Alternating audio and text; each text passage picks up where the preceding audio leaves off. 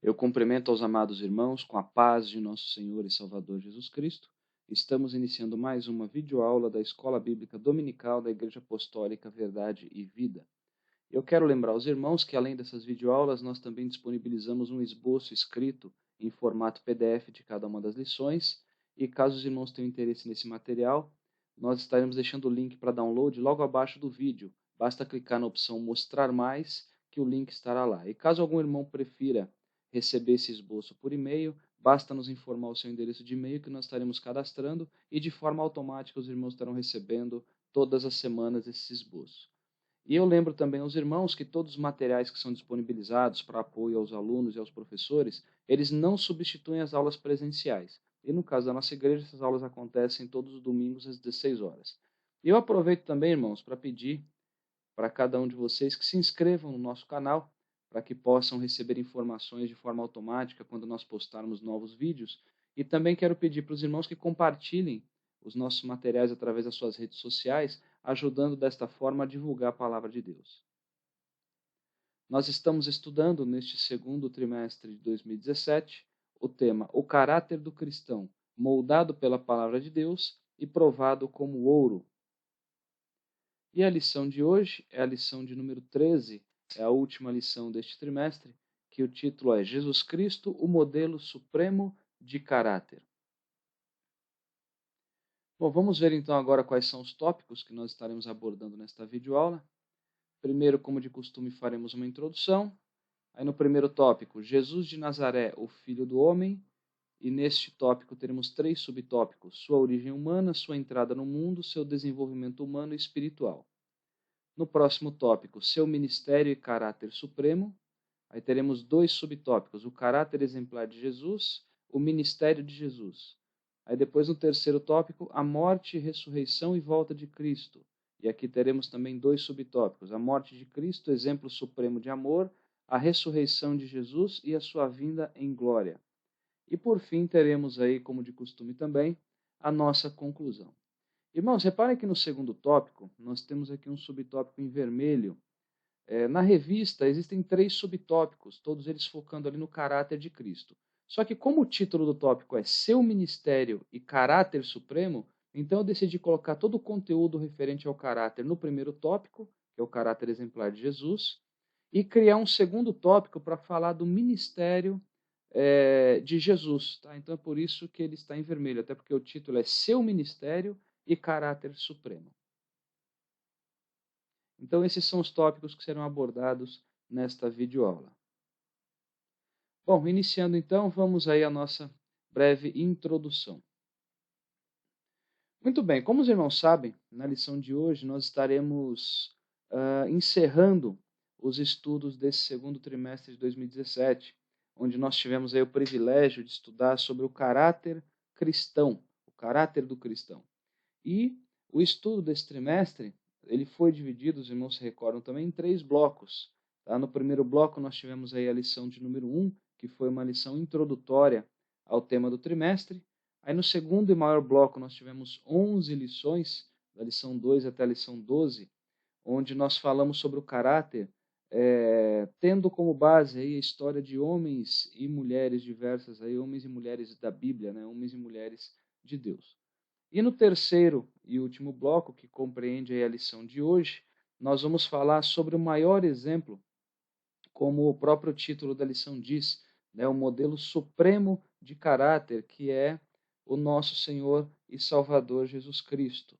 Tá? Então nós vamos falar sobre isso hoje. Nós vamos estudar sobre Jesus Cristo para encerrar esse trimestre. Agora, irmãos, obviamente que não vai ser um estudo aprofundado, até porque seria impossível estudar de forma aprofundada sobre a vida, sobre a obra de Jesus numa única aula. Aliás, acho que nem nos 4 trimestres completos de um ano seria suficiente para abordar esse assunto. Mas, enfim, nós vamos aí abordar conforme os tópicos e subtópicos que foram apresentados. Então, vamos aí ao tema de hoje. Bom, vamos entrar então agora no primeiro tópico, Jesus de Nazaré, o Filho do Homem.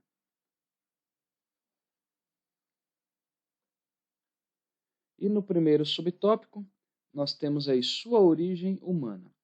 Bom, irmãos, para nós iniciarmos esse subtópico, vamos ver o que a Bíblia nos diz lá em João, capítulo 1, versículo 14. Olha só. E o Verbo se fez carne e habitou entre nós, e vimos a sua glória como a glória do unigênito do Pai, cheio de graça e de verdade. Então vejamos que o Verbo se fez carne e habitou entre nós. Então cabe aqui uma pergunta. Quem era o Verbo que habitou entre nós? A resposta, amados irmãos, ela está lá em João 1,1, no começo do Evangelho de Jesus Cristo, segundo escreveu João, no primeiro versículo. Olha só o que diz. No princípio era o Verbo, e o Verbo estava com Deus, e o Verbo era Deus. Então, nós estamos falando aqui, irmãos, de Jesus Cristo. João, ele chamou Jesus de o Verbo, era a forma com que João chamou ele aqui no primeiro capítulo. E por ser o Verbo, Jesus, ele transmite, ele comunica plenamente a pessoa de Deus. Tá? Então nós vemos que Jesus, ele se fez homem e que ele habitou entre nós. Mas irmãos, qual o propósito de Jesus se fazer homem? Abrindo mão ali temporariamente da sua divindade para estar conosco. Qual o propósito disso? Por que que isso aconteceu? Irmãos, Jesus, ele se fez homem para remir, ou seja, para salvar o homem que estava perdido. A Bíblia ela fala que nós estávamos todos mortos em nossos delitos e pecados, e Jesus ele veio ao mundo em forma de homem para que nós pudéssemos ser salvos por ele. A Bíblia nos diz que em nenhum outro há salvação, ou seja, somente Cristo, ele pôde e ele pode nos salvar. E nós temos a confirmação disso lá em Gálatas, no capítulo 4, versículos 4 e 5. Olha só. Mas vindo a plenitude dos tempos, Deus enviou seu Filho, nascido de mulher, nascido sob a lei, para remir os que estavam debaixo da lei, a fim de recebermos a adoção de filhos. Bom, aqui fala, vindo a plenitude dos tempos, ou seja, irmãos, em outras palavras, está dizendo o seguinte, no tempo certo. Tá? Deus ele fez o quê? Ele enviou seu Filho e por ele, ou seja, por Jesus Cristo, nós deixamos de ser simplesmente criaturas para nos tornarmos filhos de Deus. Por isso que aqui no versículo, nos versículos fala sobre a adoção de filhos. Então nós temos aqui a comprovação da origem humana de Jesus, ou seja, da vinda de Jesus em forma de homem. Então, quando o subtópico diz sua origem humana, está falando da vinda de Jesus em forma de homem. Tá? Então, nós temos aí também, nós vimos o propósito dessa origem, que foi para salvar o homem, para remir o homem que estava perdido. Avançando agora para o segundo subtópico, sua entrada no mundo. Vamos ver então, irmãos. Aliás, vamos relembrar, né, como é que Jesus entrou no mundo. Eu digo relembrar porque nós estudamos isso com mais profundidade na lição de número 11 desse trimestre. Tá? Então, olha só o que a Bíblia nos diz lá em Lucas, capítulo 1, versículos 30 a 35. Disse-lhe então o anjo, Maria, não temas, porque achaste graça diante de Deus, e eis que em teu ventre conceberás, e darás à luz um filho, e por-lhe-ás o nome de Jesus. Este será grande e será chamado Filho do Altíssimo, e o Senhor Deus lhe dará o trono de Davi seu pai, e reinará eternamente na casa de Jacó, e o seu reino não terá fim. E disse Maria ao anjo, como se fará isso, visto que não conheço varão?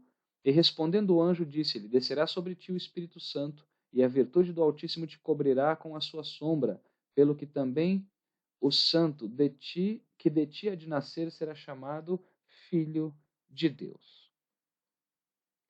Então, irmãos, relembrando, o anjo Gabriel ele anunciou que Maria ela iria dar à luz a um filho e que esse filho ele se chamaria Jesus.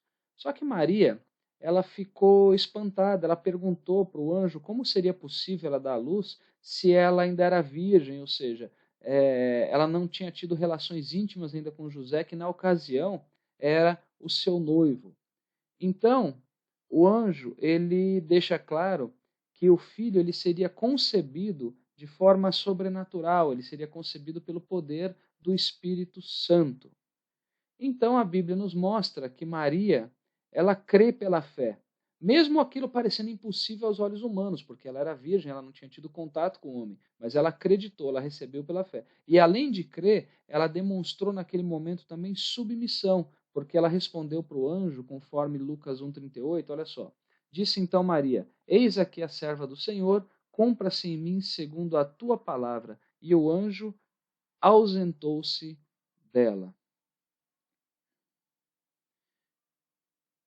Muito bem, irmãos. Vamos ver também, relembrar o que nos diz a Bíblia em Gênesis 3,15. Depois, irmãos, vão entender a ligação disso com o slide anterior.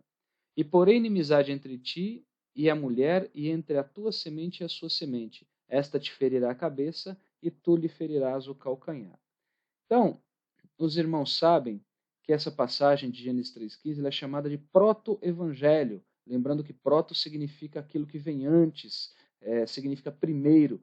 E nós temos aqui realmente o primeiro. O primeiro o quê? O primeiro anúncio do evangelho feito pelo próprio Deus lá no Jardim do Éden, falando sobre a redenção que aconteceria através de Jesus Cristo para salvar a humanidade. Tá? Então isso significa, irmãos, que a semente da mulher que feriria a cabeça da serpente é Jesus Cristo, é o próprio Jesus que é esta semente da mulher. E vejam só a passagem de Mateus 1,20, olha só. E projetando ele isso, eis que em sonho lhe apareceu um anjo do Senhor, dizendo: José, filho de Davi, não temas receber a Maria, tua mulher, porque o que nela está gerado é do Espírito Santo. Aqui nós vemos novamente o anjo, mas agora não mais conversando com Maria, mas sim com José, o pai adotivo de Jesus, falando para ele que Maria estava grávida por obra do Espírito Santo.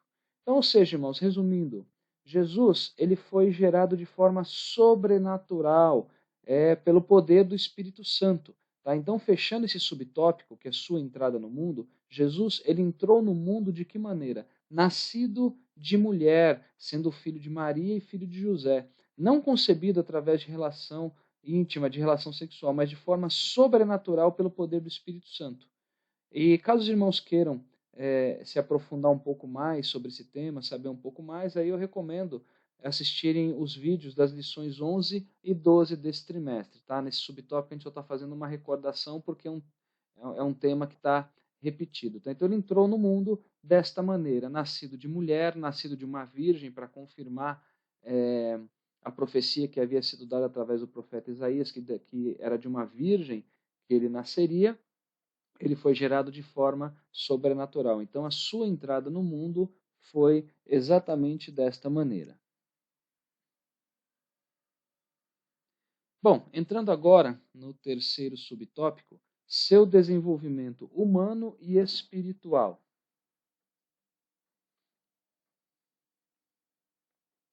Bom, irmãos, nós falamos um pouco sobre o nascimento de Jesus. Na verdade, fizemos uma breve recordação, porque nós já tínhamos falado sobre isso em aulas anteriores. Agora nós vamos falar um pouco sobre o desenvolvimento dele. Nós vamos falar um pouco sobre a infância de Jesus. Aqui já não é repetitivo, aqui é algo novo nesse trimestre. Tá?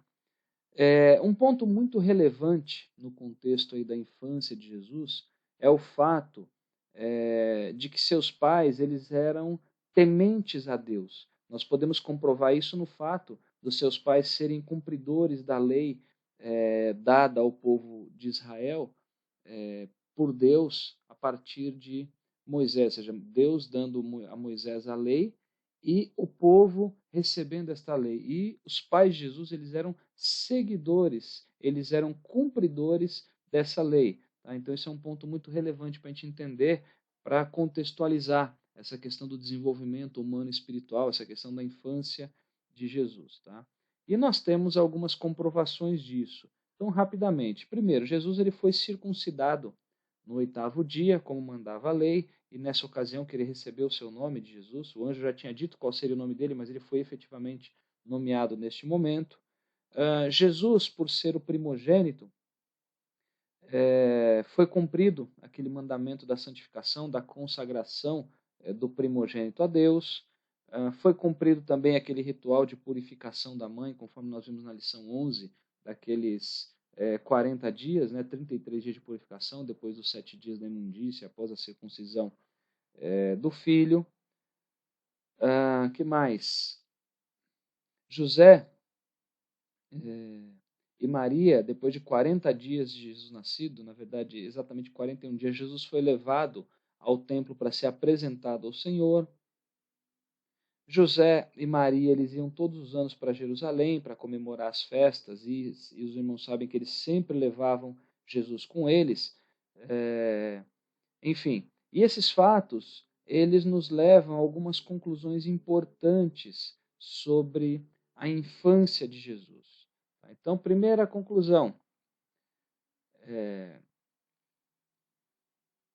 Jesus, ele como homem, estando aqui na terra como homem, ele também foi submisso às leis de Moisés durante sua infância. Os irmãos reparem que os pais eram cumpridores da lei e Jesus Cristo, por fazer parte dessa família, ele acabou sendo submisso às leis de Moisés também.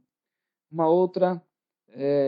outro ponto relevante, uma outra conclusão que nós temos a partir do que já foi exposto até aqui. Jesus, ele cresceu num lar que era temente a Deus, onde as leis de Deus, elas eram obedecidas, tá? Nós vimos aí que seus pais, eles eram obedientes, e Jesus, ele cresceu vendo isso.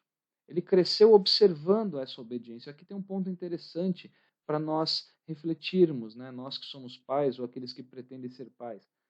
O que nossos filhos veem dentro do nosso lar? Ou seja, o nosso comportamento como cristãos deve ser modelo, principalmente para os nossos filhos. Tem que ser modelo para todos, né? Inclusive os que estão fora da nossa casa. Mas começa tudo dentro do lar. Então, nosso comportamento como cristãos tementes ao Senhor tem que ser observado por nossos filhos. E Jesus, ele cresceu num lar que ele via isso acontecendo. Tá? E, por fim, Deus, ele não quebrou as suas leis nem mesmo com seu filho. Ou seja, Jesus, ele teve sim que ser circuncidado, teve que ser apresentado no templo, teve que aprender a lei, teve que seguir a lei, pelo menos até iniciar efetivamente seu ministério, que a gente vai ver um pouco mais adiante sobre isso. E a Bíblia, ela relata que José e Maria, eles iam todos os anos para Jerusalém na festa da Páscoa. E depois dessas festividades, numa certa ocasião, a Bíblia nos diz que eles estavam voltando, né, com a caravana, voltando lá de Jerusalém, só que eles não tinham percebido que Jesus não estava com eles. E depois de um dia de viagem é que eles perceberam que Jesus não estava entre eles. Então eles voltaram para Jerusalém para procurar Jesus. E a Bíblia diz que eles encontraram Jesus depois de 3 dias no templo. Jesus estava no templo. Cabe aqui, irmão, esclarecer que José e Maria, diferente do que alguns ensinam, eles não ficaram 3 dias procurando Jesus. Tá? Quando diz 3 dias, provavelmente esses 3 dias se referem ao quê? Primeiro, eles tiveram um dia de viagem saindo de Jerusalém. Quando eles viram que Jesus não estava, eles tiveram provavelmente mais um dia para voltar para Jerusalém para procurar Jesus. E o terceiro dia seria esse dia de procura até que eles encontraram Jesus no templo. Eles encontraram Jesus lá conversando com quem? Com os doutores da lei. Cabe aqui comentar, irmãos, que nessa época do ano era muito comum os rabinos eles se reunirem para ensinar, para discutir a lei entre si. E Jesus ele estava no meio deles. E depois que ele foi encontrado por seus pais, a sua mãe perguntou para Jesus por que ele tinha feito aquilo com eles. E Jesus então ele respondeu, conforme está lá em Lucas 2,49, uma passagem bastante conhecida. Jesus ele disse o seguinte: por que vocês estavam me procurando? Vocês não sabem que convém tratar dos negócios do meu pai? Então, irmãos, nessa ocasião, Jesus ele estava com 12 anos e ele já se identificava como filho de Deus. Por isso que ele falou: olha, vocês não entendem, ou seja, vocês não sabem que convém tratar dos negócios do meu pai. Ele já estava se apresentando, ele já estava se colocando ali como filho de Deus. E depois desse acontecimento, olha só o que a Bíblia nos diz, lá em Lucas 2,51, na parte A. E desceu com eles e foi para Nazaré, e era-lhes sujeito.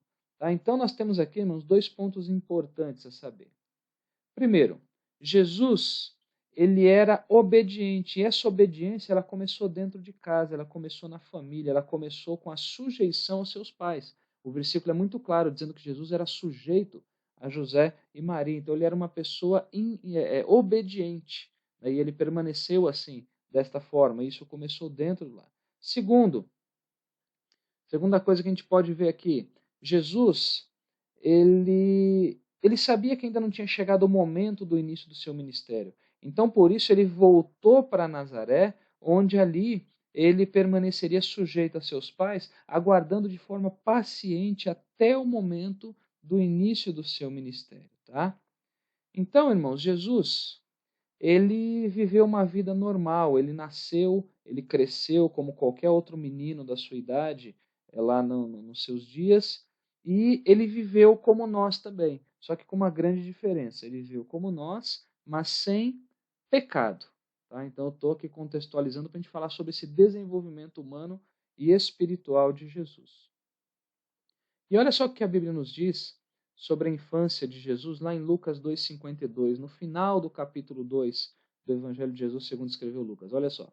E crescia Jesus em sabedoria, e em estatura, e em graça para com Deus e para com os homens. Então nós vemos nesse versículo que Jesus, ele cresceu, primeiramente em sabedoria. Tá? Isso significa que Jesus, ele assimilou os conhecimentos ali da experiência humana diária que ele tinha. Isso aqui se aprende convivendo na comunidade, convivendo ali no povoado. Então ele assimilou todos esses conhecimentos. E o versículo diz ainda que Jesus ele cresceu também em estatura, ou seja, Jesus ele teve um crescimento natural do corpo até se tornar adulto. Depois diz que Jesus também cresceu em graça para com Deus. Isso significa, irmãos, que Jesus ele descobriu, ele viu, ele percebia a presença de Deus na sua vida, ele tinha consciência da ação de Deus em tudo o que acontece. E muitas das vezes tem pessoas que têm dificuldade de perceber isso, de entender a ação de Deus nas coisas, né? E isso, irmão, se aprende, se as pessoas aprendem a pensar dessa forma, a entender isso, na comunidade de fé, nas celebrações na família, oração, no dia a dia, até nas contradições da vida, em muitas outras oportunidades. E um ponto importante a se relembrar, Deus, ele não quebrou suas leis nem mesmo com seu filho. E quando Jesus ele encarnou, quando ele esteve aqui, ele se tornou como um de nós. Isso significa que ele também era carente da ação do alto para poder realizar a sua missão entre os homens. Enquanto homem, Jesus, ele se desenvolvia, mas debaixo da graça de Deus. Por isso que diz que Jesus crescia em graça para com Deus. Ele também necessitava, ele também carecia da graça do Senhor. E ele se desenvolvia debaixo dessa graça. E a Bíblia diz também que Jesus cresceu em graça para com os homens. Tá? Então isso significa que Jesus ele se relacionava muito bem com as pessoas que ele amava e que também era amado por elas. Então nós podemos concluir, amados irmãos, que Jesus ele cresceu primeiro fisicamente, né? Ou seja, Jesus ele teve um crescimento físico igual ao de qualquer criança. Né? Muitos inclusive acreditam que Jesus ele era fraquinho, mas na verdade isso não tem respaldo bíblico. Né? Como é que Jesus, sendo fraco, ele poderia ter, por exemplo, carregado a cruz da maneira que ele carregou, todo machucado, e ainda ter se mantido pendurado nela ali durante tanto tempo? Né? Então, enfim, Jesus cresceu fisicamente, ele não era fraquinho como as pessoas imaginam. Ele cresceu também socialmente. Né? Em família, nós vimos que Jesus ele era obediente aos seus pais. E Jesus ele também viveu no meio da cultura dos seus dias. E, obviamente, que ele se desenvolveu nessa cultura também. Né? E agora cabe comentar que, apesar dele se desenvolver na cultura da época, que ele confrontava essa cultura quando ela contrariava a palavra de Deus. O fato de você conviver com uma determinada cultura não significa que você tem que concordar com ela, que você tem que ser conivente com ela, como acontece nos dias de hoje, que todo mundo acha que tudo é normal. Não, Jesus ele não agia dessa forma, ele se desenvolveu naquela cultura, mas quando algo confrontava, quando algo era contrário à lei de Deus, ele não aceitava isso. Jesus ele também cresceu intelectualmente, ou seja, ele cresceu ali mentalmente e psicologicamente. Né? Jesus, ele crescia, nós vimos, em sabedoria, crescia em conhecimento. Jesus, até porque a lei de Deus assim o mandava também, ele foi treinado por seus pais nas Sagradas Escrituras, né, por seu pai, e vale lembrar, como a gente está falando não somente a questão mental, mas psicológica também, que Jesus ele tinha sentimentos humanos. Né, os sentimentos que nós temos, Jesus também ele tinha. E ele também cresceu espiritualmente, tá? Jesus, ele tinha clareza do seu relacionamento com Deus e ele também teve a consciência da sua missão.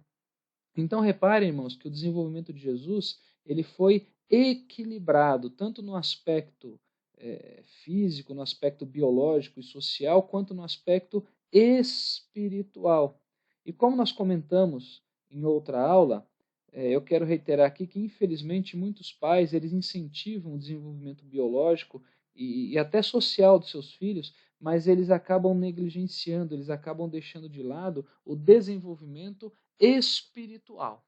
Tá? Então, nós estamos falando aqui, relembrando, né, sobre o desenvolvimento humano e espiritual. Esse é o título do subtópico. Nós vemos que Jesus ele se desenvolveu fisicamente, socialmente, intelectualmente e espiritualmente.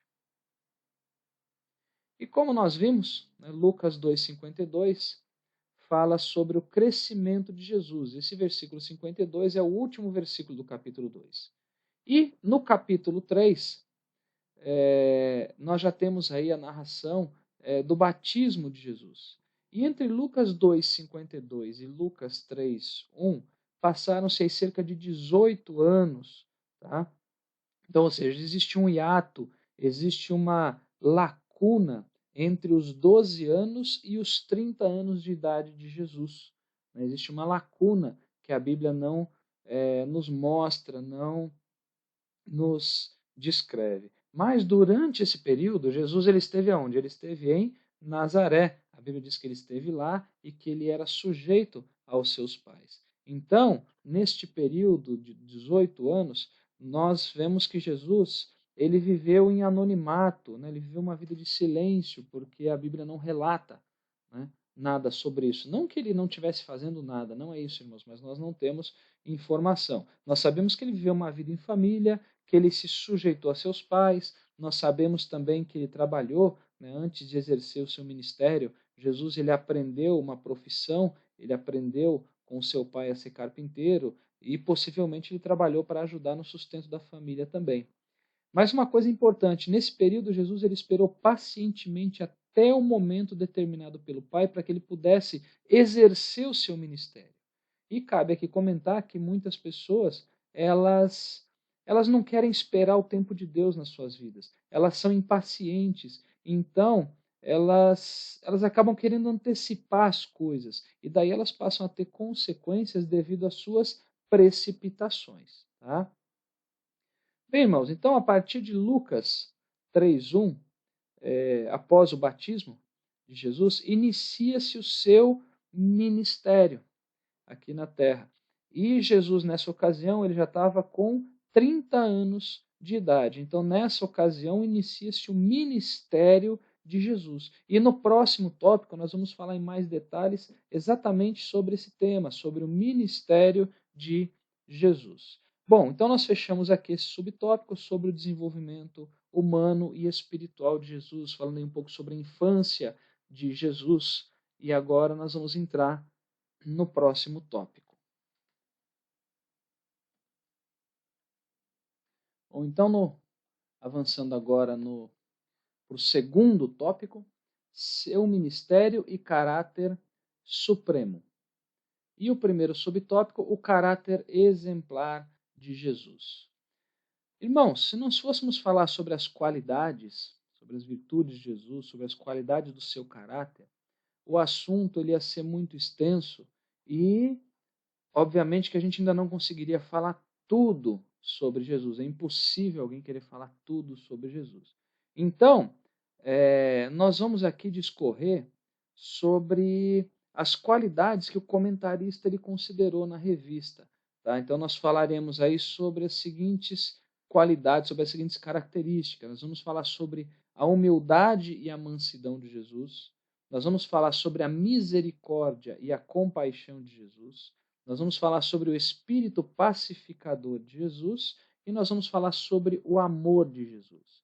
Na revista, esse tema do amor está quebrado em 2 subtópicos. Nós vamos jogar ele num único subtópico aqui para concentrar tudo o que diz respeito nesta lição sobre o caráter exemplar de Jesus. Tá? Então, nós vamos concatenar isso. Então, irmãos, vamos lá. Primeiro nós vamos falar sobre a humildade e sobre a mansidão de Jesus, onde nós vamos ver aqui algumas referências bíblicas sobre essa qualidade. Nós vamos ver aqui algumas referências bíblicas que comprovam essas virtudes de Jesus. Então, primeiramente, nós temos a conhecida passagem de Mateus 11, 29, onde nós temos as palavras do próprio Jesus dizendo que ele tinha essa qualidade. Olha só. Tomai sobre vós o meu jugo e aprendei de mim, que sou manso e humilde de coração, e encontrareis descanso para a vossa alma. Reparem que Jesus, ele não somente fala sobre a humildade e mansidão que ele tinha, mas ele diz para os discípulos aprenderem com ele, ou seja, para que os discípulos também fossem humildes, também fossem mansos, também fossem humildes de coração. Agora, nós vamos ver algumas passagens que comprovam que Jesus realmente tinha humildade e tinha mansidão. Nós vamos ver que Jesus ele não somente falou que tinha, ele não somente falou sobre humildade e mansidão, mas acima disso ele demonstrou essas virtudes. E nós, como cristãos, nós temos que agir da mesma maneira, irmãos, ou seja, nós não podemos ser hipócritas, mas nós temos que pregar e viver aquilo que nós pregamos, porque aquele que prega uma coisa e vive outra coisa, ele é um hipócrita, tá? Nós não podemos ser assim. Nós temos que pregar e viver aquilo que nós pregamos, testemunhando principalmente através das nossas atitudes no nosso dia a dia. Bom, então primeiro nós vamos ver algumas passagens que falam sobre a humildade de Jesus. Depois nós vamos falar sobre a mansidão. Então nós podemos mencionar aqui Mateus 3, de 13 a 15, né, aquela conhecida passagem em que João Batista ele não queria batizar Jesus, dizendo que ele, ou seja, que João é quem carecia ser batizado por Jesus. Mas Jesus, sendo quem era, ele foi humilde, ele se submeteu à vontade do Pai, né, lembrando que humildade tem a ver com submissão também, e ele se deixou batizar, ele foi para ser batizado por João Batista. Nós temos também Filipenses 2, de 6 a 8, onde nós temos aquela passagem que diz que Jesus, sendo em forma de Deus, ele não teve por usurpação ser igual a Deus, que diz que ele se aniquilou, ele aniquilou-se a si mesmo, tomando forma de servo. E uma coisa interessante, ele diz que tomando a si como servo e como homem humilhou-se a si mesmo. Tá? Então, outro versículo comprova a humildade de Jesus. E temos também um outro exemplo, tem outros, né, irmãos? A gente vai mencionar 3 aqui para simplesmente caracterizar essa questão da humildade de Jesus. O terceiro, João 13, de 3 a 5, onde nós temos aquela maravilhosa passagem onde Jesus ele demonstra toda a sua humildade lavando os pés dos discípulos. Tá? Então nós vemos, irmãos, aqui que Jesus ele não somente falou que era humilde, mas ele demonstrou essa humildade. Agora nós vamos ver algumas passagens que falam sobre a mansidão, que comprovam a mansidão de Jesus. Então nós temos aí como exemplo Mateus 26, de 50 a 54, onde tem aquela passagem que Pedro ele cortou a orelha de Malco, e Jesus disse que ele poderia ter chamado 12 legiões de anjos para salvá-lo, enfim. Só que ao invés disso, Jesus ele voluntariamente permitiu que os soldados o aprisionassem. Então ele demonstrou ali mansidão. Temos também Mateus 27,14, onde nós temos aquela ocasião em que Jesus ele estava sendo questionado por Pilatos sobre as acusações que estavam sendo feitas contra ele, e Jesus ele não respondeu nenhuma delas, ele ficou quietinho, ele não tentou se defender, ele não brigou, ele não discutiu, não tentou mostrar que tinha razão, ou seja, ele demonstrou ali mansidão. Temos também Mateus 26:39, aquele momento em que Jesus ele orou a Deus, ele orou ao Pai, ele falou, olha, se é possível, passa de mim esse cálice, todavia, não seja como eu quero, mas como tu queres. Ou seja, irmãos, mesmo diante da morte, Jesus ele demonstrou submissão total à vontade de Deus. Lembrando, nós já falamos sobre isso, que uma das características da humildade e também da mansidão é a submissão. E temos também a conhecida passagem de Isaías 53:7. Aqui Isaías ele fala de Jesus como um cordeiro. E os irmãos sabem que cordeiro ele é um animal manso, ele é um animal assim extremamente dócil, tá? Mas enfim, da mesma forma que a humildade, Jesus ele não somente falou que era manso, mas ele também demonstrou essa mansidão. Não existia hipocrisia em Jesus. Tá? Então nós vemos aqui uma das características, como diz o título do subtópico, o caráter exemplar de Jesus, uma das características desse caráter, uma das qualidades aí era a humildade e a mansidão. Bom, nós falamos aí sobre a humildade, sobre a mansidão, agora nós vamos falar sobre a misericórdia e sobre a compaixão. Irmãos, Jesus, durante seu ministério terreno, ele demonstrou que era misericordioso, ou seja, que ele tinha misericórdia, que ele tinha compaixão. E nós vamos ver agora algumas evidências que comprovam que ele demonstrou isso. Então vamos lá. Jesus, primeiramente, ele demonstrou compaixão para com os que eram desgarrados. Olha o que a Bíblia diz lá em Mateus 9:36. E, vendo a multidão, teve grande compaixão deles, porque andavam desgarrados e errantes como ovelhas que não têm pastor. Vejam, ele teve grande compaixão deles. E nós também, irmãos, como cristãos, nós devemos ter misericórdia e compaixão daqueles que estão desgarrados, tá? Seja porque nunca fizeram parte do rebanho, ou seja, porque não conheceram ou não aceitaram Jesus, ou porque fizeram parte do rebanho, mas por algum motivo se afastaram dos caminhos do Senhor. Então nós, como discípulos, como aprendizes de Jesus, nós também temos que ter compaixão daqueles que estão desgarrados, nós temos que ter misericórdia e não fazer como alguns fazem, de criticar aqueles que estão fora da igreja, ou seja, nós temos que ter este sentimento para com eles. Bom, voltando à questão de Jesus, Jesus também demonstrou ter misericórdia e compaixão para com os enfermos. Olha só o que a Bíblia diz em Mateus 14:14. E Jesus, saindo, viu uma grande multidão e, possuído de íntima compaixão para com ela, ela quem? A grande multidão, curou os seus enfermos. Então vejam novamente a compaixão de Jesus demonstrada, só que agora na cura dos enfermos. Tá? Jesus também demonstrou misericórdia, demonstrou compaixão com os famintos, com aqueles que tinham fome, conforme nós temos em Mateus 15:32. Olha só. E Jesus, chamando os seus discípulos, disse: Tenho compaixão da multidão, porque já está comigo há 3 dias e não tenho que comer, e não quero despedir em jejum, para que não desfaleça no caminho. Irmãos, nós também temos que nos compadecer daqueles que são menos abastados, daqueles que não têm condições de satisfazer as suas necessidades básicas, pode assim dizer. Nós temos que ter esse mesmo tipo de sentimento também, fazendo aquilo que é necessário para ajudá-los. E Jesus também teve misericórdia, Jesus também teve compaixão com relação à fraqueza humana. Olha só, amados irmãos, que a Bíblia nos diz em Hebreus capítulo 4, nos versículos 14 e 15. Visto que temos um grande sumo sacerdote, Jesus, Filho de Deus, que penetrou nos céus, retenhamos firmemente a nossa confissão. Porque não temos um sumo sacerdote que não possa compadecer-se das nossas fraquezas, porém um que, como nós, em tudo foi tentado, mas sem pecado. Reparem, irmãos, que Jesus ele se compadece das nossas fraquezas, irmãos.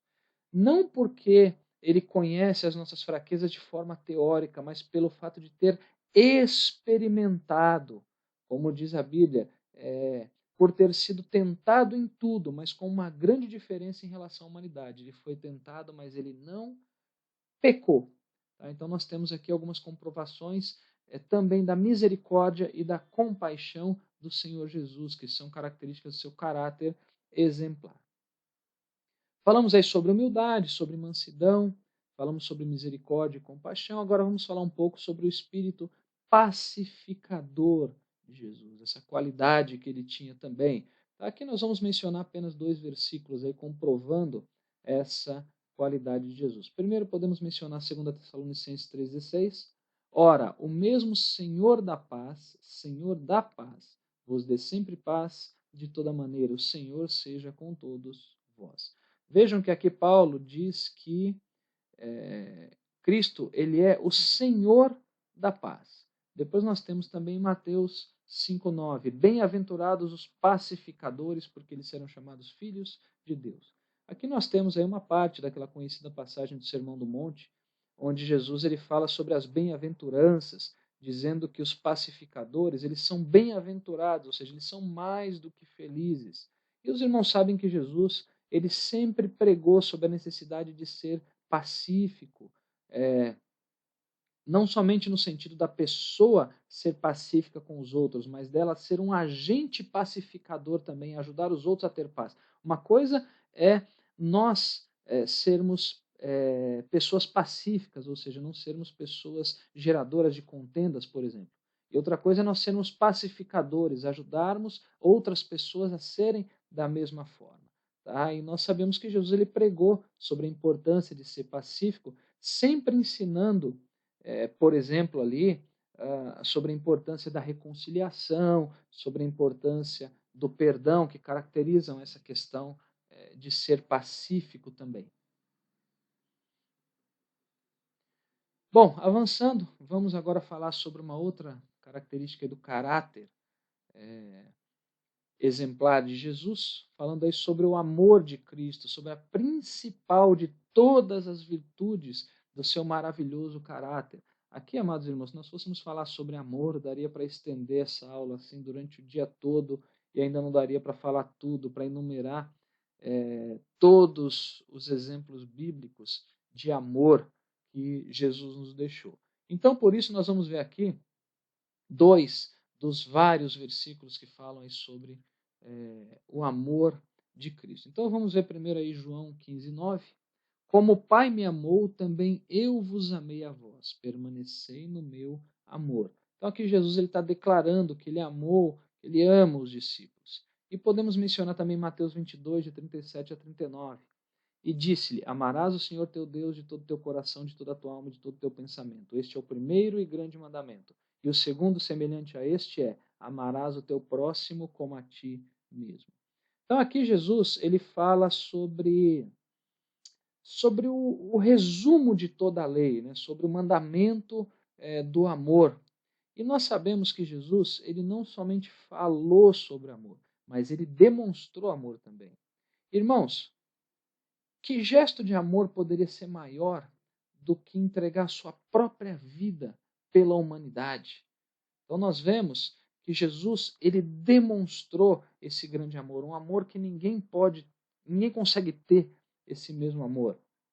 E Jesus, ele demonstrou esse amor até no momento da sua morte. Olha só o que a Bíblia nos diz em Lucas 23:34 na parte A. E dizia Jesus, Pai, perdoa-lhes porque não sabem o que fazem. Irmãos, mesmo sendo crucificado pelas pessoas, Jesus ele roga ao Pai para que perdoasse. Ele rogou ao Pai para que perdoasse as pessoas. Irmãos, como nos diz o apóstolo Paulo em sua segunda carta aos Coríntios, o amor de Cristo ele nos constrange, ele nos deixa constrangido. Tá? Então, o amor é uma característica bastante evidente no caráter, na essência, pode-se assim dizer, de Jesus. Muito bem, nós falamos um pouco aí sobre o caráter de Cristo. Agora nós vamos entrar no segundo subtópico, onde nós vamos falar sobre o ministério de Jesus. Tá? Então a primeira coisa que nós temos que entender nesse contexto é por que Jesus ele veio.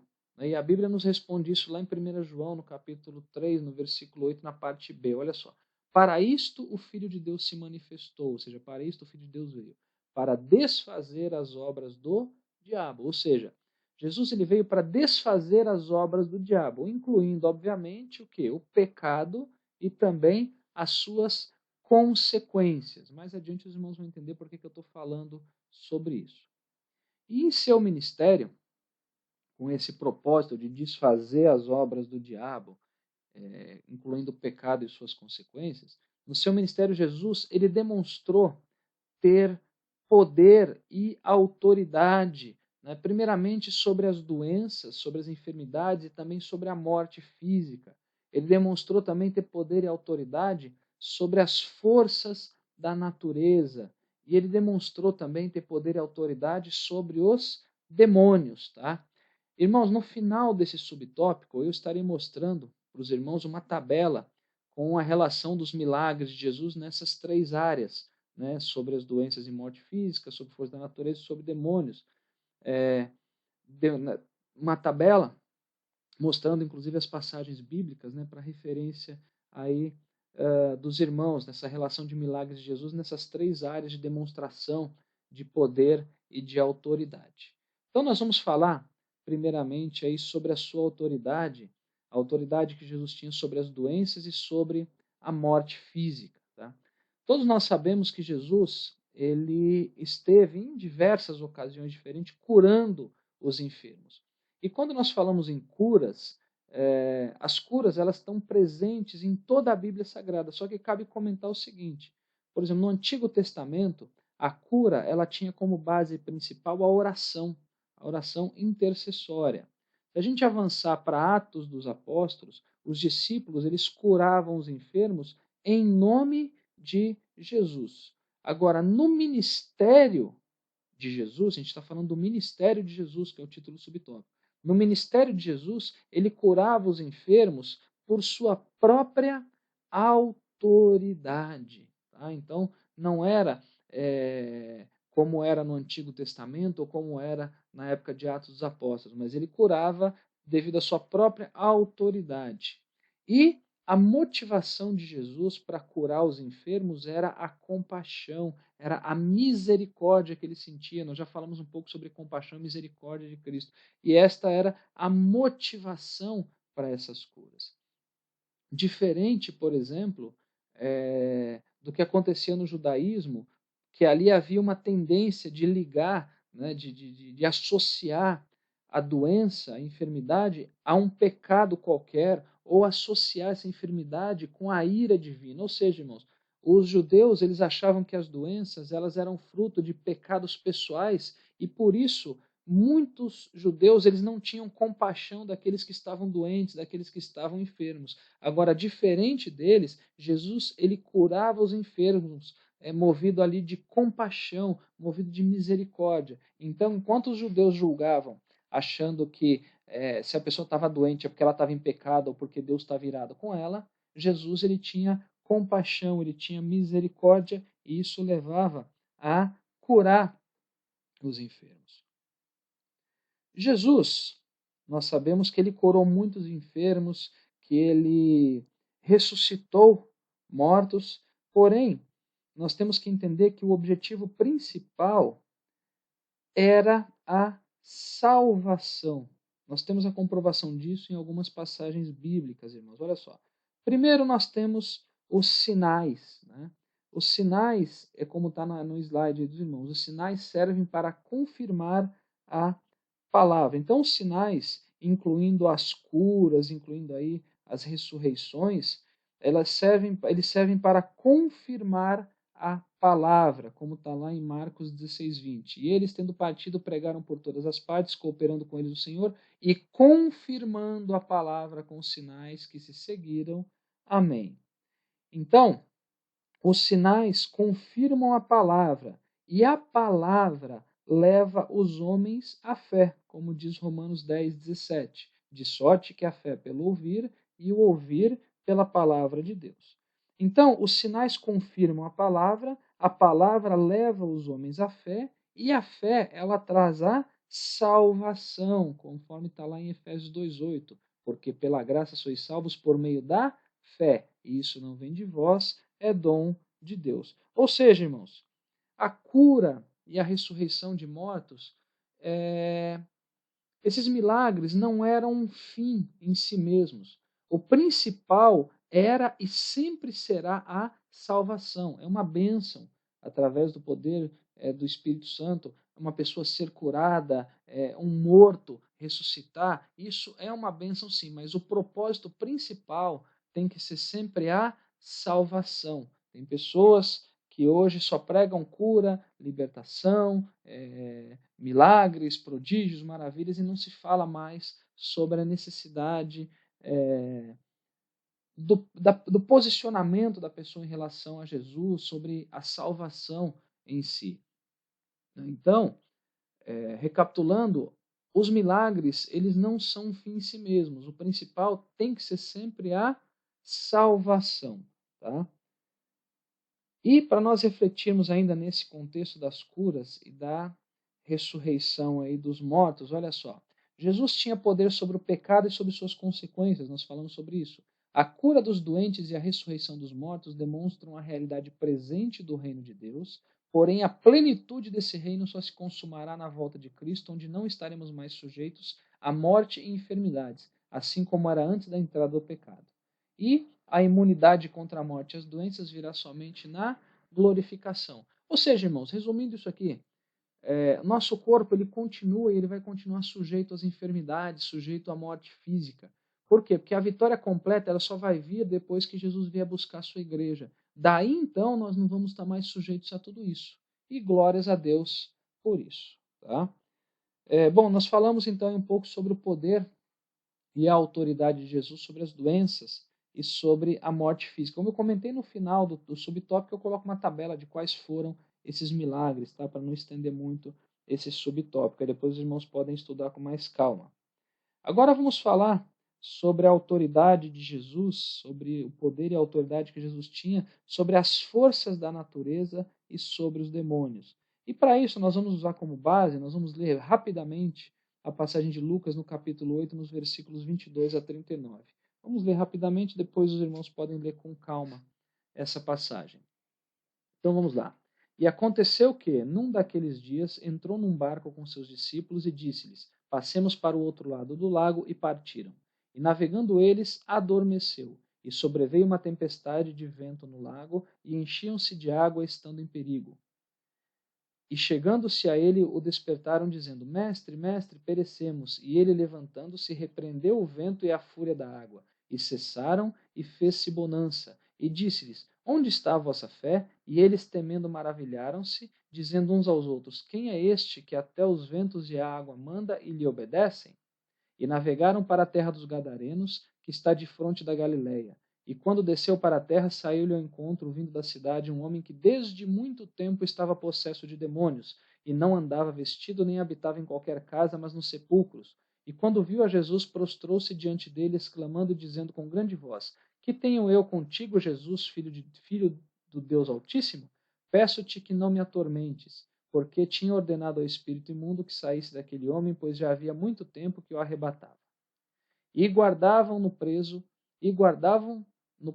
com grilhões e cadeias, mas, quebrando as prisões, era impelido pelo demônio para os desertos. E perguntou-lhe Jesus, dizendo: Qual é o teu nome? E ele disse: Legião, porque tinham entrado nele muitos demônios. E rogavam-lhe que os não mandasse para o abismo. E andava ali pastando no monte uma vara de muitos porcos, e rogaram-lhe que lhes concedesse entrar neles, e concedeu-lhe. E tendo saído os demônios do homem, entraram nos porcos, e a manada precipitou-se de um despenhadeiro no lago, e afogou-se. E aqueles que os guardavam, vendo o que acontecera, fugiram e foram anunciar na cidade e nos campos. E saíram a ver o que tinha acontecido, e vieram ter com Jesus. Acharam então o homem de quem haviam saído os demônios, vestido em seu juízo, assentado aos pés de Jesus, e temeram. E os que tinham visto contaram-lhes também como fora salvo aquele endemoniado. E toda a multidão da terra dos Gadarenos ao redor lhe rogou que se retirasse deles, porque estavam possuídos de grande temor. E para finalizar, e entrando ele no barco, voltou, e aquele homem de quem tinha havido saído os demônios rogou-lhe que o deixasse estar com ele, mas Jesus o despediu, dizendo: Torna para a tua casa e conta quão grandes coisas te fez Deus. E ele foi apregoando por toda a cidade quão grandes coisas Jesus lhe tinha feito. Bom, irmãos, aqui nós temos a conhecida passagem onde Jesus ele acalma a tempestade e posteriormente ele liberta o endemoniado gadareno. Bom, falando inicialmente a respeito do poder de Jesus sobre a natureza, nesse contexto da passagem que foi lida, Lucas primeiro ele mostra a humanidade de Jesus. A Bíblia diz que ele entrou no barco para atravessar o lago e ele estava cansado, então ele dormiu. Ele dormiu enquanto os discípulos conduziam o barco. Enquanto Jesus dormia, veio uma tempestade de vento e aquela tempestade colocou em perigo toda a embarcação. E os discípulos eles estavam temendo, então eles acordaram Jesus e Jesus ele repreendeu o vento e repreendeu a fúria da água, mostrando ali seu poder, mostrando a sua autoridade sobre as forças da natureza. E um ponto interessante é que depois de acalmar a tempestade, Jesus ele perguntou para os discípulos e disse-lhes: Onde está a vossa fé? Lá na parte A do versículo 25 do capítulo 8. Isso mostra, irmãos, que se os discípulos tivessem fé naquela ocasião, nesse contexto que Jesus está falando, eles poderiam ter vencido a tempestade também. Tá? Então, enfim, aqui nós temos um dos exemplos de Jesus demonstrando seu poder, demonstrando sua autoridade sobre a natureza. Né? Outros exemplos aí que podem ser mencionados, além desse, são os casos, por exemplo, já falamos de ele acalmar a tempestade, os casos da multiplicação dos pães e dos peixes e também da transfiguração. Aí alguns podem até perguntar, poxa, mas qual que é a relação da multiplicação dos pães e dos peixes com a natureza? Irmãos, dizer que Jesus ele tinha poder sobre a natureza é o mesmo que dizer que ele tinha poder sobre as coisas naturais. Então isso significa que ele também tinha poder para fazer aquilo que naturalmente não seria possível ocorrer, como foi o caso da impossibilidade inicial de se alimentar uma multidão com apenas alguns pães e peixes. Tá? Ele mexeu em algo que naturalmente não poderia acontecer. Avançando agora, na mesma passagem bíblica que foi lida, nós vamos ver um dos exemplos de Jesus demonstrando seu poder e sua autoridade sobre os demônios. Tá? Nós vimos que Jesus ele libertou o endemoniado gadareno que tinha em si ali uma legião de demônios. Né? E sobre esta passagem da libertação, olha só quantas coisas Jesus fez ali. Primeiro, ele libertou aquele homem que ele tinha uma legião de demônios desde muito tempo. Mas não somente isso, Jesus ele também devolveu para aquele homem a sanidade mental. Os irmãos lembram que nós lemos na passagem que ele andava nu antes de ser liberto, ou seja, ele estava totalmente insano, totalmente louco. Jesus também deixou ele em condições de ser reintegrado à sociedade. Os irmãos se lembram que aquele homem, aquele gadareno, ele morava nos sepulcros, ele estava fora da sociedade. E uma coisa maravilhosa, Jesus ele transformou aquele endemoniado num evangelista. Reparem, irmãos, que o texto bíblico que foi lido, ele termina dizendo que aquele homem, ele pregou por toda a cidade acerca do que Jesus tinha feito. Ou seja, o gadareno ele se tornou o primeiro evangelista na região de Decápolis, naquela região das 10 cidades. Então, alguém que outrora era endemoniado, depois de um encontro com Jesus, se tornou um evangelista. E além desse episódio, nós podemos mencionar aí outros exemplos também, aquele de Jesus expulsando o demônio de um homem lá dentro da sinagoga, conforme Lucas 4, 33 a 36, ele expulsando o demônio de um homem que estava ali na sinagoga, que era um lugar sagrado onde as pessoas vinham para adorar a Deus, para ouvir a sua palavra. O caso do gadareno que a gente já comentou, tem também o caso da cura do lunático, conforme Lucas 9, 28 a 36, quando um homem pediu para que Jesus ele olhasse para o seu filho, porque ele era tomado de um espírito, e os discípulos naquela ocasião não conseguiram expulsar aquele demônio. Então, uma outra evidência, um outro exemplo também. Tem aquele caso de Lucas 11 também, de 14 a 28, que Jesus ele expulsa o demônio de um rapaz que era mudo e aí ele voltou a falar.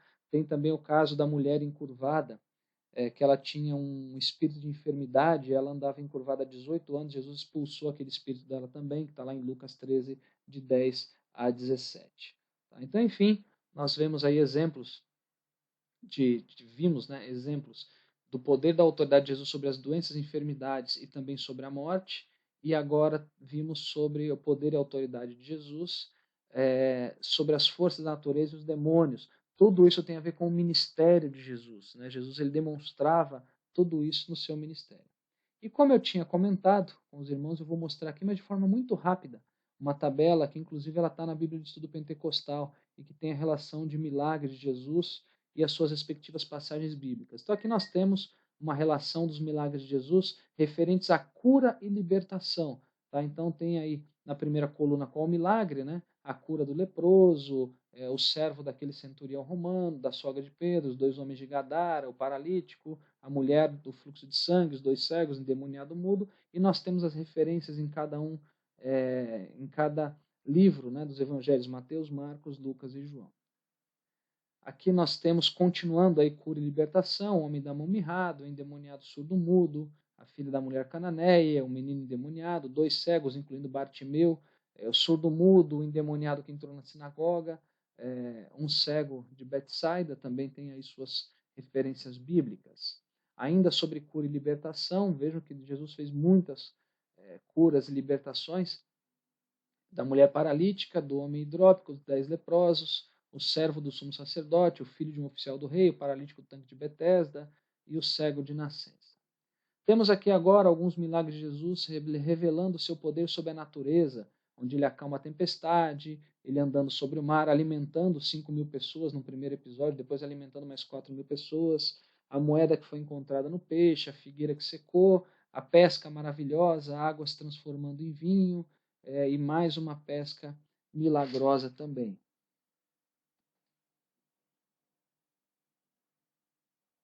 E aqui nós temos alguns exemplos também de milagres referentes à ressurreição de mortos. Aí tem o caso da filha de Jairo, o filho da viúva de Naim e também o caso de seu amigo Lázaro, né? E aí as respectivas passagens bíblicas que comprovam isso, tá?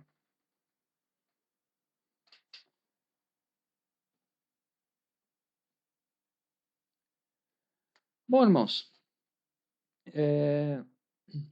cabe aqui comentar que, apesar de a gente ter visto essa grande tabela aí com bastante relações aí de milagres que Jesus fez, depois os irmãos podem observar com calma e meditar nos versículos que foram expostos, mas cabe comentar que não foram somente esses milagres que Jesus realizou. Olha só o que a Bíblia diz em João 21, 25. Há, porém, ainda muitas outras coisas que Jesus fez. E se cada uma das quais fosse escrita, cuido que nem ainda o mundo todo poderia conter os livros que se escrevessem. Amém. Então, ou seja, muito mais do que aquilo que foi mostrado, aquilo que a Bíblia relata de Jesus, ele fez muito mais coisas. E João ele deixa isso claro nesse versículo. Irmãos, é importante saber que Jesus ele operava milagres porque a unção do Espírito Santo estava sobre ele. Ou seja, irmãos, Jesus ele não operou milagres através de seus atributos divinos. Por quê? Porque ele estava aqui como homem, e como homem ele foi cheio do Espírito Santo. E por essa virtude que ele operou essas maravilhas, tá? E olha só o que a Bíblia nos diz em João 14, 12. Na verdade vos digo que aquele que crê em mim também fará as obras que eu faço e fará maiores do que essas, porque eu vou para meu Pai. Irmãos, se Jesus ele operasse milagres através dos seus próprios atributos divinos, ele jamais diria que nós poderíamos fazer obras maiores do que ele, concordam? Então aqui nós vemos que ele operava esses milagres porque a unção do Espírito Santo estava sobre ele.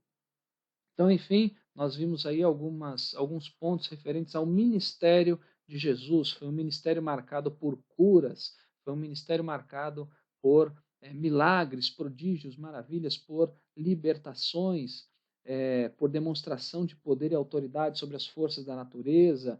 Foi um ministério marcado pela pregação do evangelho do reino, foi um ministério marcado por testemunhos, foi um ministério marcado por exemplo de caráter. Esse foi o ministério de Jesus. Foi um pequeno resumo, né, sobre o ministério de Jesus. Então vamos agora avançar e entrar no terceiro tópico, onde nós falamos sobre a morte, ressurreição e sobre a volta de Cristo. Bom, e no primeiro subtópico, a morte de Cristo, exemplo supremo de amor. Aqui, irmãos, nós podemos mencionar o versículo bíblico, João 3,16, que é considerado aí o texto áureo de toda a Bíblia, que diz: porque Deus amou o mundo de tal maneira que deu seu Filho unigênito para que todo aquele que nele crê não pereça, mas tenha a vida eterna. Bom, nós sabemos aí que a morte de Jesus ela foi a maior demonstração de amor que já existiu. Por isso que o subtópico diz a morte de Cristo, exemplo supremo, o exemplo superior de amor. Muito bem, apenas para resumir, para falar assim de forma bastante breve sobre a morte de Cristo, né? Jesus, ele foi para o Monte das Oliveiras, ele estava seguido ali por seus discípulos, e Jesus então, ele diz para os discípulos para eles orarem, para que eles não entrassem em tentação, e o próprio Jesus se afastou deles para também orar. E, irmãos, por sua natureza humana, Jesus ele passou por uma aflição muito grande, porque ele sabia que a morte esperava ele, que a morte estava aguardando por ele. E a sua agonia era tão grande que a Bíblia diz que o Pai enviou um anjo do céu para confortá-lo, né? E em agonia ele orava de forma mais intensa, irmãos. Sua agonia era tanta que a Bíblia relata que gotas de suor se tornaram em gotas de sangue que corriam ali do seu corpo até o chão. Tá? Então ele teve um momento de aflição muito grande. E uma outra coisa que vale a pena comentar também sobre a morte de Cristo foi relacionado ao julgamento dele. Jesus ele foi preso, ele foi julgado tanto religiosa quanto politicamente, né? Ele foi julgado por crimes ali de sedução, ou seja, por influenciar religiosamente as pessoas, e também por crime de sedição, que é crime contra o Estado. Enfim, irmãos, Jesus ele foi condenado pelos líderes religiosos da sua época. Porém, ele só poderia ser julgado pelas leis romanas. Então, o que os líderes religiosos fizeram? Eles passaram a acusá-lo de crime contra Roma. Ou seja, os líderes religiosos queriam que Jesus morresse, julgaram Jesus, né, religiosamente. Só que eles sabiam que para que ele fosse morto, ele deveria ser julgado pelas leis de Roma. Então, a partir daí, eles começaram a acusar Jesus de crimes contra Roma, para poder fazer com que ele fosse condenado. E Jesus, por fim, ele foi condenado à morte, morte na cruz, morte por crucificação. E na cruz, Jesus, ele primeiramente ele cumpriu todas as profecias. Na cruz, Jesus ele venceu Satanás. Na cruz, Jesus ele venceu o pecado. Na cruz, Jesus ele destronou a nossa natureza adâmica. Ou seja, o pecado continua existindo, mas ele não mais reina sobre nós. Na cruz, Jesus ele rasgou o véu, ou seja, ele nos deu acesso direto à presença de Deus. Na cruz, Jesus ele nos deu filiação divina, ou seja, através do seu sacrifício vicário, do seu sacrifício substitutivo, nós deixamos de ser simplesmente criaturas para nos tornarmos filhos de Deus. Obviamente que isso é para aqueles que recebem a Jesus, para aqueles que creem no seu nome, conforme está lá em João 1,12. Então, tudo isso se consumou na cruz. E por isso que Jesus, antes de morrer, ele disse, está consumado. Jesus ali na cruz, ele estava decretando a vitória. Glórias a Deus. Então, aqui foi de forma bem breve, falando um pouquinho sobre a morte de Cristo, sem entrar em muitos detalhes. Avançando agora para o segundo subtópico, a ressurreição de Jesus e a sua vinda em glória. Então nós vamos falar sobre a ressurreição primeiro e depois nós falamos sobre a vinda em glória. Muito bem, a Bíblia, irmãos, ela menciona que algumas pessoas, ela fala de algumas pessoas que de alguma forma participaram de situações relacionadas à morte e à ressurreição de Cristo. Fala sobre um senador chamado José de Arimateia que pediu para Pilatos, pediu o corpo de Jesus para que pudesse levá-lo a um sepulcro. Ele não queria que caísse sobre Jesus mais indignidade. E aqui cabe um ponto para a nossa reflexão.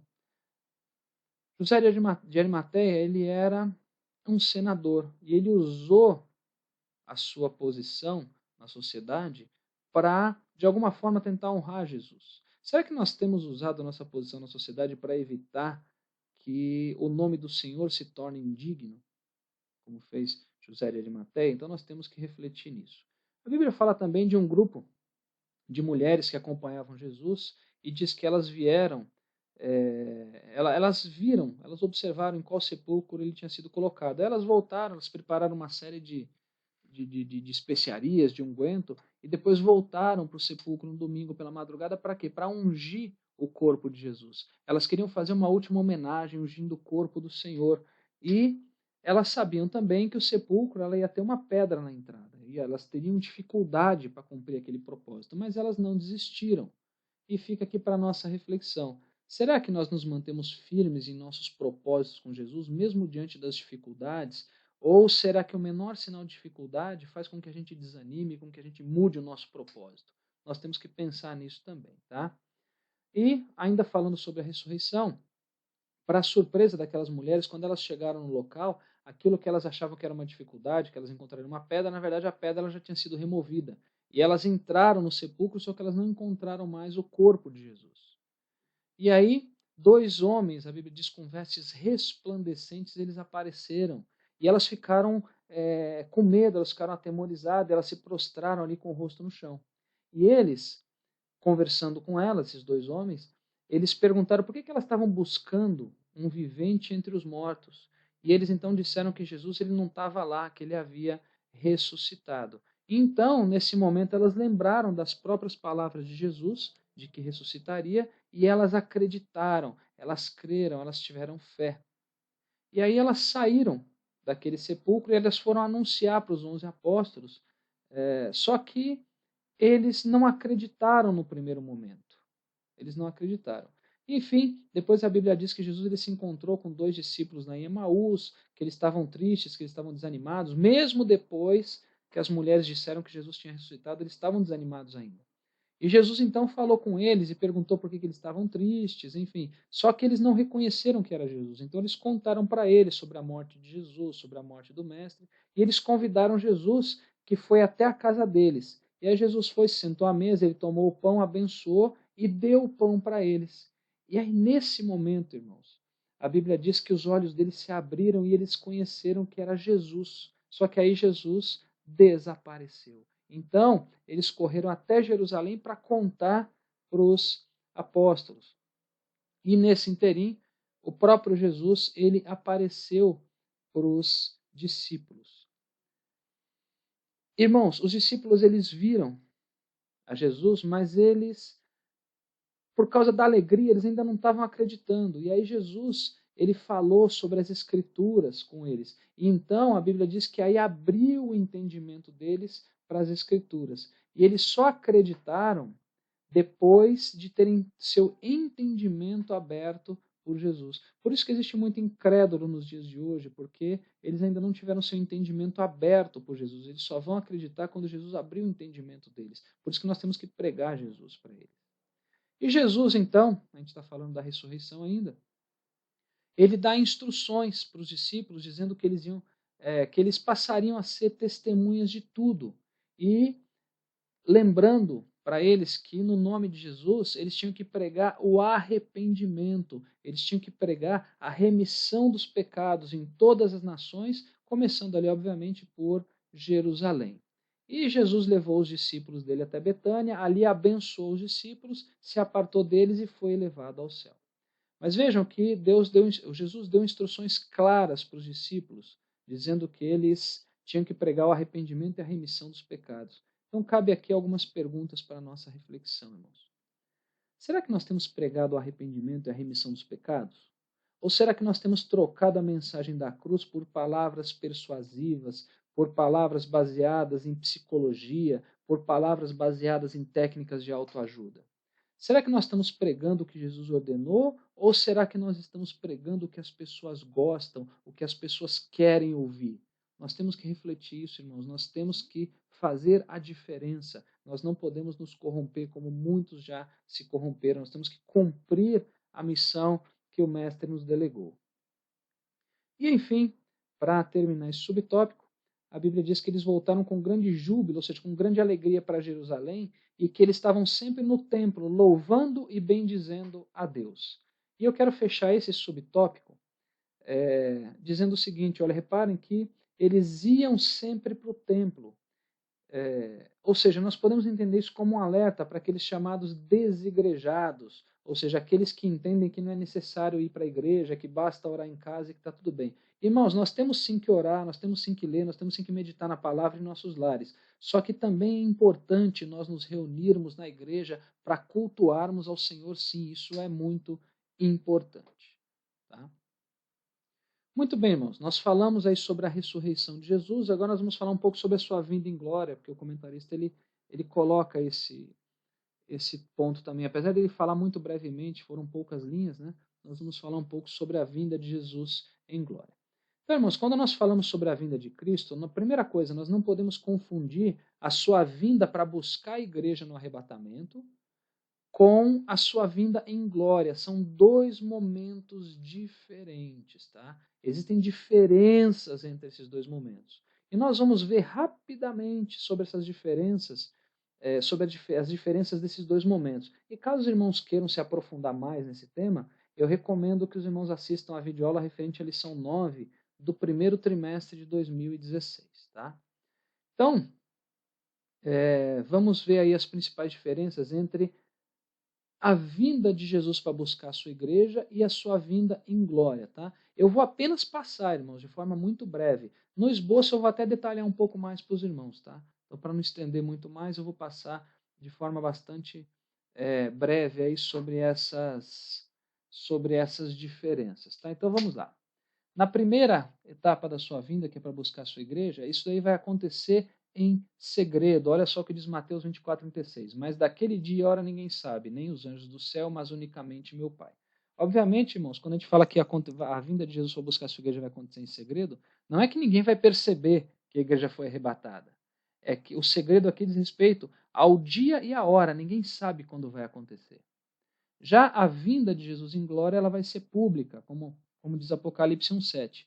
Eis que vem com as nuvens e todo olho verá, até mesmo os que os traspassaram, e todas as tribos da terra se lamentarão sobre ele, sim, amém. Então ela será pública, todo olho verá. E não somente isso, nós sabemos quando isso vai acontecer. Quando que vai acontecer? Depois do período da tribulação, ou seja, 7 anos após o arrebatamento da igreja.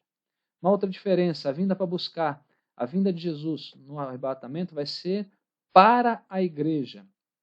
1 Tessalonicenses 4,17. Depois nós, os que ficarmos vivos, seremos arrebatados juntamente com eles nas nuvens, a encontrar com o Senhor nos ares, e assim estaremos sempre com o Senhor. Já a vinda em glória não vai ser para a igreja, mas vai ser com a igreja vai vir com ele. Judas 14. E desses profetizou também Enoque, o sétimo depois de Adão, dizendo: Eis que é vindo o Senhor com milhares de seus santos, ou seja, a igreja virá com ele. Aqui está Judas 14, que os irmãos sabem que Judas só tem um capítulo, né? Então é o versículo 14 do capítulo 1 de Judas. Na primeira etapa de sua vinda, ela vai acontecer antes da tribulação. Olha só, Apocalipse 3:10. Como guardaste a palavra da minha paciência, também eu te guardarei da hora da tentação que há de vir sobre todo o mundo para tentar os que habitam na terra. Já a sua vinda em glória, ela vai acontecer depois da tribulação, conforme está em Mateus 24:29-30. E logo depois da aflição daqueles dias, ou seja, da tribulação, o sol escurecerá e a lua não dará a sua luz, e as estrelas cairão do céu e as potências do céu serão abaladas. Então aparecerá no céu o sinal do Filho do Homem, e todas as tribos da terra se lamentarão, e verão o Filho do Homem vindo sobre as nuvens do céu com poder e grande glória. Uma outra diferença, na primeira etapa da sua vinda, ele vem nos ares, ele não vai pisar na terra, tá? Depois nós, 1 Tessalonicenses 4,17 novamente, os que ficarmos vivos seremos arrebatados juntamente com eles nas nuvens, a encontrar com o Senhor nos ares, e assim estaremos sempre com o Senhor. Já na sua vinda em glória, ele vai pisar na terra, ele vai pisar no Monte das Oliveiras, conforme Zacarias 14:4. E naquele dia estarão seus pés sobre o Monte das Oliveiras, que está de fronte de Jerusalém para o oriente, e o Monte das Oliveiras será fendido pelo meio, para o oriente e para o ocidente, haverá um vale muito grande, e metade do monte se apartará para o norte e a outra metade dele para o sul. Outra diferença, na primeira etapa da sua vinda, os santos o verão.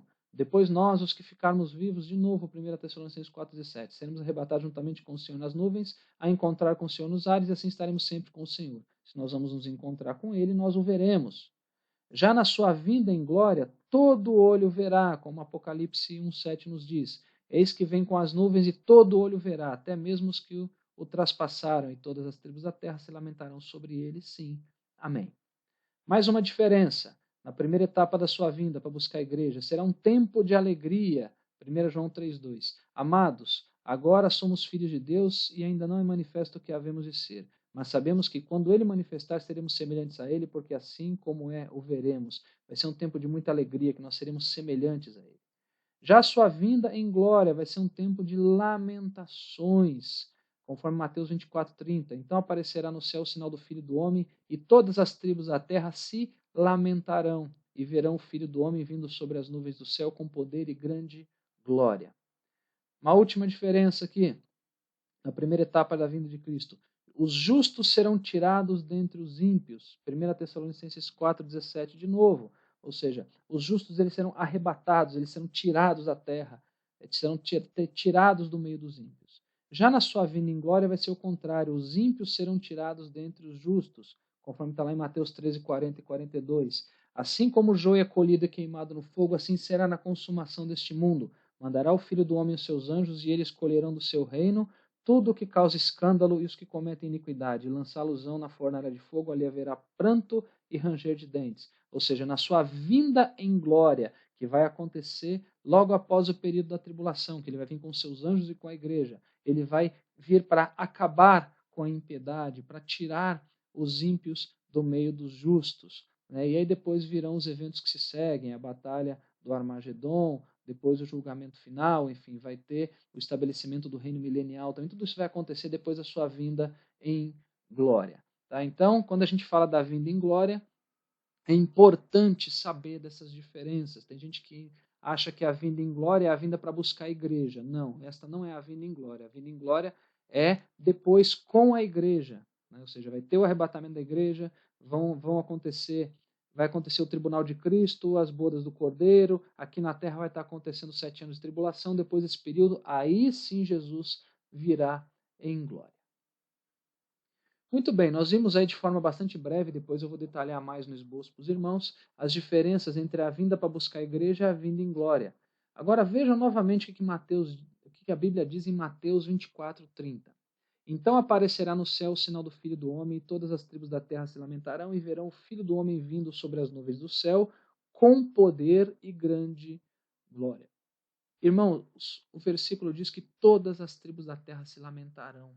Haverá, irmãos, um grande lamento por verem que aquele que foi preso, aquele que foi rejeitado, aquele que foi crucificado, que foi rejeitado por eles, era realmente o Filho de Deus. Por isso que haverá essa grande lamentação. E vamos ver aqui rapidamente alguns fatos sobre a vinda de Cristo em glória. Primeiro, o mundo ele vai estar na sua pior situação. Por quê? Porque o anticristo já vai estar reinando ali por 7 anos e a maioria dos juízos de Deus já terão sido derramadas sobre a humanidade. Não todos os juízos, mas a maioria já vai ter sido derramada. Então vai ser um período terrível, vai ser a pior situação do mundo. Um outro fato, Jesus ele vai vir acompanhado pelos seus anjos e pela igreja, que vai estar, obviamente, com um corpo glorificado, com um corpo celestial. Né? Os irmãos sabem que a igreja ela sobe como noiva no arrebatamento, mas ela volta como esposa junto com Jesus na sua vinda em glória. Outro fato, os judeus eles vão reconhecer que Jesus ele é o Messias, após eles verem ele descendo com poder e glória para salvar Israel da fúria do anticristo. Eles vão ver que aquele a quem eles rejeitaram era realmente o Filho de Deus. Um outro fato, Jesus ele vai descer no Monte das Oliveiras, ele vai pisar no monte, esse monte vai ser fendido, né, vai ser rachado, vai ser aberto, deixando um grande vale no meio dele. E um outro fato também, Jesus ele vai vir para, primeiro, socorrer Israel, porque no final da grande tribulação, quando Jerusalém estiver cercada pelos exércitos daquelas nações aliadas sob o comando do anticristo, parecendo ali que vai ser destruída, o povo vai se arrepender e vai invocar o nome do Senhor. Então Jesus ele vai voltar para salvar Israel. Mas não somente isso, ele vai vir para castigar os ímpios também, ou seja, os ímpios serão finalmente castigados, conforme nós vimos nos versículos que passaram. E ele também vai vir para estabelecer o seu reino milenial. Os irmãos sabem que Jesus vai reinar por 1000 anos. Enfim, foi um pequeno resumo aí sobre a sua vinda em glória. Se os irmãos quiserem saber mais detalhes, né, no primeiro trimestre do ano passado nós estudamos o trimestre inteiro sobre escatologia e lá tem lições bastante ricas em conteúdo falando sobre, dentre outras coisas, sobre a vinda de Jesus em glória. Bom, vamos então aí à nossa conclusão. Temos em Jesus Cristo não somente o nosso Salvador, mas também o nosso maior exemplo de caráter. Todos os cristãos devem se espelhar nos exemplos de Cristo, tendo seu caráter moldado pelo Espírito Santo e aguardando ansiosamente a volta de Jesus, que nos levará para estarmos junto dele por toda a eternidade. Enfim, como nós já comentamos, Jesus ele é o nosso mestre por excelência e nós devemos sempre nos espelhar nele, buscando, irmãos, a cada dia sermos mais parecidos com o nosso mestre, com o nosso único e suficiente Senhor e Salvador. Bom, irmãos, para terminar aí, pela misericórdia de Deus, com essa lição de hoje, nós encerramos mais um trimestre da Escola Bíblica Dominical. E a partir do primeiro domingo de julho, querendo Deus, nós estaremos iniciando mais um trimestre abençoado, onde nós falaremos sobre esse tema, a razão da nossa fé. Assim cremos e assim vivemos. E que o Espírito Santo venha nos dar graça em mais esse trimestre que virá em nome de Jesus. Enfim, chegamos aí ao final de mais uma videoaula. Que Deus abençoe os irmãos e eu amo cada um de vocês em Cristo Jesus.